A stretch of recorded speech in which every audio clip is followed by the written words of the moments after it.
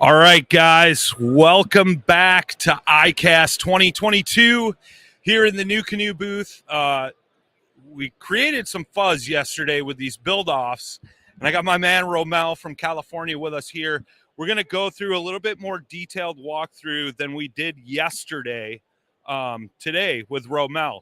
If you guys don't know what we're talking about, we got a build-off going between Romel, Wizard Works.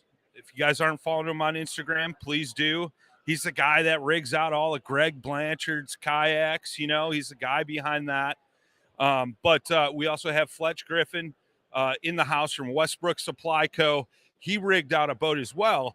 And we have a video up on the YouTube, the Facebook. You guys can vote for which boat you like more on the Instagram page, Facebook page. Under that video, just drop it in the comments. We're going to release those results after we go through Fletch's walkthrough at 4. But we got Romel here. We're going to go through a walkthrough from bow to stern and kind of why he did what he did and all the fine details of this boat. So, Romel, welcome back, brother. Why don't you start us at the front, and we'll go from there. Sure. So the whole premise of this boat for me was this is pretty much how I would run on the Delta, where I'm from, California Delta fishing. So, I mean, this build is probably pretty indicative of how I would set up my own personal boat. So, moving front to back, we have up front, we have the Anchor Wizard up at the nose. Definitely a must-have. Anchor Wizard's been around for quite some time. It's tried and true. It works. Allows me to come upriver, drop anchor, and then float back and then stay in position. So, I mean, it's a no-brainer for me. I always have an Anchor Wizard on my boats. Made sense to put it on this one. So, yeah, definitely a great product. And we also have the Tight Lines anchor up at the front. Great product as well. So moving on down, we have the gear pod. Now, the gear pod not only is great for storing gear, keeping your stuff dry, but for me, it acts as an electronics kind of a base, right? So I have my batteries for my fish finder, all the other electronics, all my wiring. So my thing is that if I don't want to run any electronics or batteries or anything like that, I could take this gear pod off and everything comes off with it. No holes were drilled in this boat for this whole install.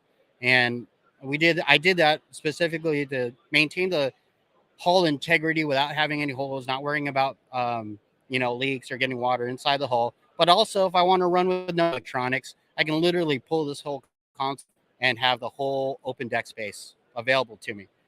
Some of the things that we did, of course, we put a little bit of Wizard Works touch on it. And, we have a carbon fiber lid that we put in. And, that's just, to me, is some, like I said, it's a personal touch to me. We have a lot of anodized blue hardware. It's just customizing a boat to your liking and just it makes it your boat. So that's something I would have done on my own boat. So that's what we did here. Nav lights, we have the nav lights installed on the gear pod itself, not on the boat. Once again, didn't drill any holes. If I want to run without a motor, actually having nav lights on your kayak is a big no-no. So it just makes it that much easy. So like I said, gear pod for me is kind of like the electronics hub base. In this specific build, we did a little something different. We added some more technology than we normally would. So I actually have Siri on board and we can do voice control. So I can say, hey, Siri, turn on the nav lights. And after she thinks about it for a second, the nav lights come on. All right. So, hey, Siri, turn off the navigation lights. Hey, Siri, turn off the navigation lights. Sometimes she's a little deaf, but, sometimes she listens. So that'll just allows me, like, instead of touching switches, pushing buttons, taking my hands off the reel or doing other things, I can just have Siri do it. Whether or not that's necessary, I think it's a feature that I know you possibly may see. Anytime you take your hand off the reel to do something, there's that moment where that fish bites and you're not prepared for, you might lose that fish. And that might be the fish of a lifetime. So, so moving on down, we got to go into how we have our graph set up. And I have a custom mount for my Garmin 93 SV. And the reason why I have this mount is because, one, it's a personal touch once again. But two, I like to keep my graphs low.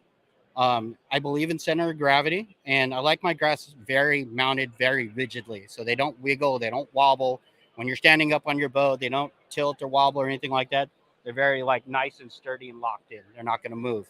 And then also another thing is the location of the graph. For me, I wanted it in front of me. I wanted it out of the way, but I wanted it close enough where I don't have to reach all the way to the front.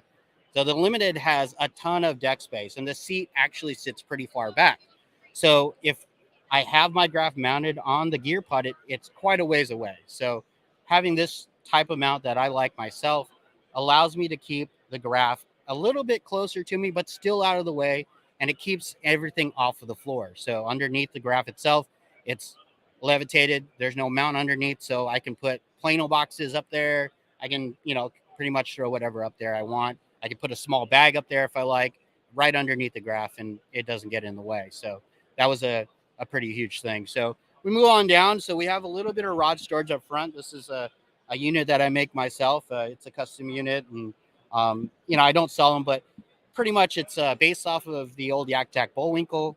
Just allows me to stage some rods if I like, and it allows me to rest my paddles in here. Obviously, there's a lot of other products that do that, but once again, personal touch, carbon fiber, aluminum, just stuff that I like. So, it's once again, it's personal.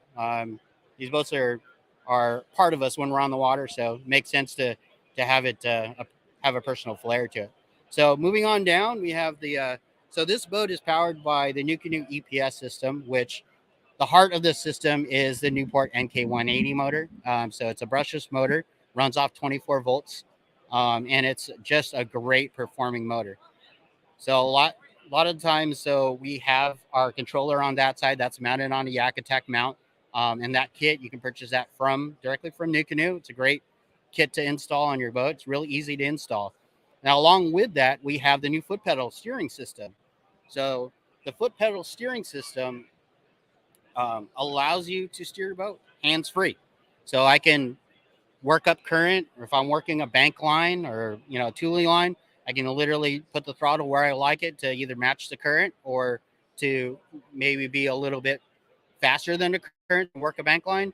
And I don't take my hands off the reel. There's a kind of a recurring theme here, is not taking my hands off the reel and keeping control on other, like my feet or, my voice or whatever, just so I always have my hands on the reel. I'm ready for that fish. When that fish bites, I'm ready for it. So it's a great system, really easy to install, really easy to take off as well if I don't want to run it.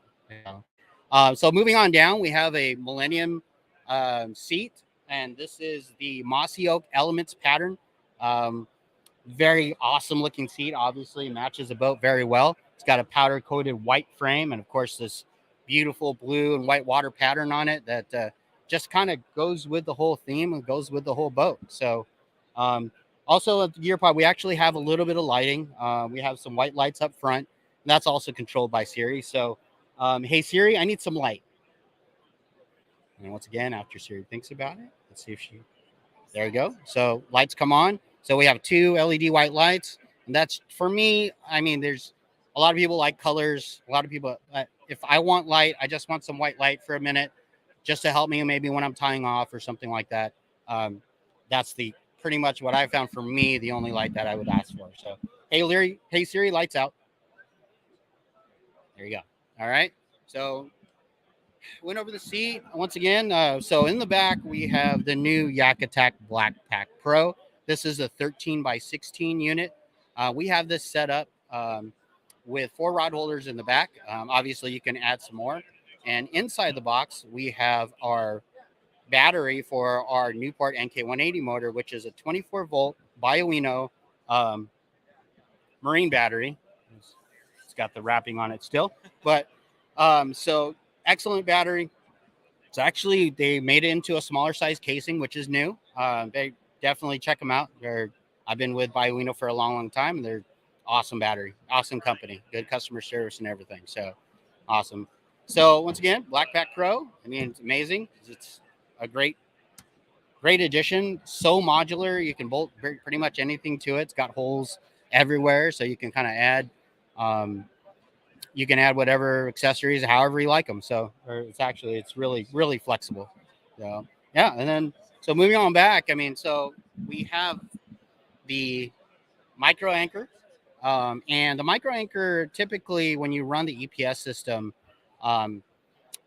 compatibility with the micro anchor is not there. So I actually made the mount myself. It allows you to have the EPS system, and it allows the EPS system to work 100% without any obstructions. And it gives us the micro power pole functionality. And then, so along with the theme about not taking your hands off with the micro power pole, we also have that hooked up to Siri. So one of the things that we can do is, hey Siri, anchor up. And if she thinks about it, there she goes. Hey Siri, up, stop. All right. And then, hey Siri, anchor down. Hey Siri, down, stop. There you go. So voice controlled, micro anchor. Once again, not taking your hands off the reel to control the micro power pole. Press a button, reach for the remote. To me, it's huge. So, I mean, to others, it might not be, but to me, like I said, not taking my hands off the reel is huge.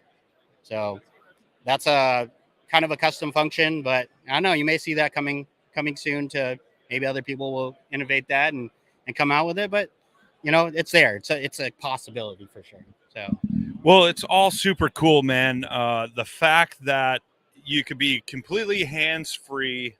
You know, as fishermen, we want to have that maximum potential, which we get about having the lure in the water for the most amount of time. And the more time you spend, you know, handling a steering handle, flipping switches, you know, pressing the button up and down for the power pole. It's all cool, man. And it's cool to see some new technology coming to the mix. With the voice commands. I mean, we're all doing it with our cell phones and stuff. Why not do it with the kayaks, right? So super cool, man. You guys don't forget to go and vote. We'll have Fletch coming up at 4. Obviously, this is Romel's build. The response has been great. It's a very tight line race.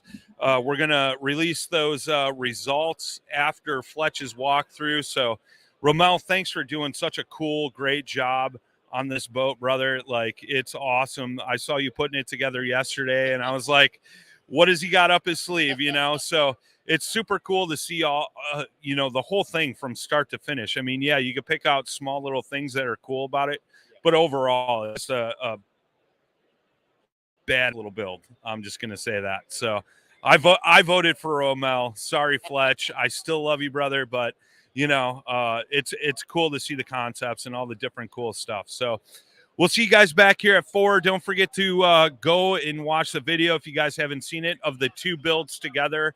It's on the Facebook page, the YouTube page. You could vote on Instagram, Facebook stories under New Canoe and all that good stuff. So we'll be back here about 4 o'clock Eastern time, and we will see you guys then. Thanks. We'll see you.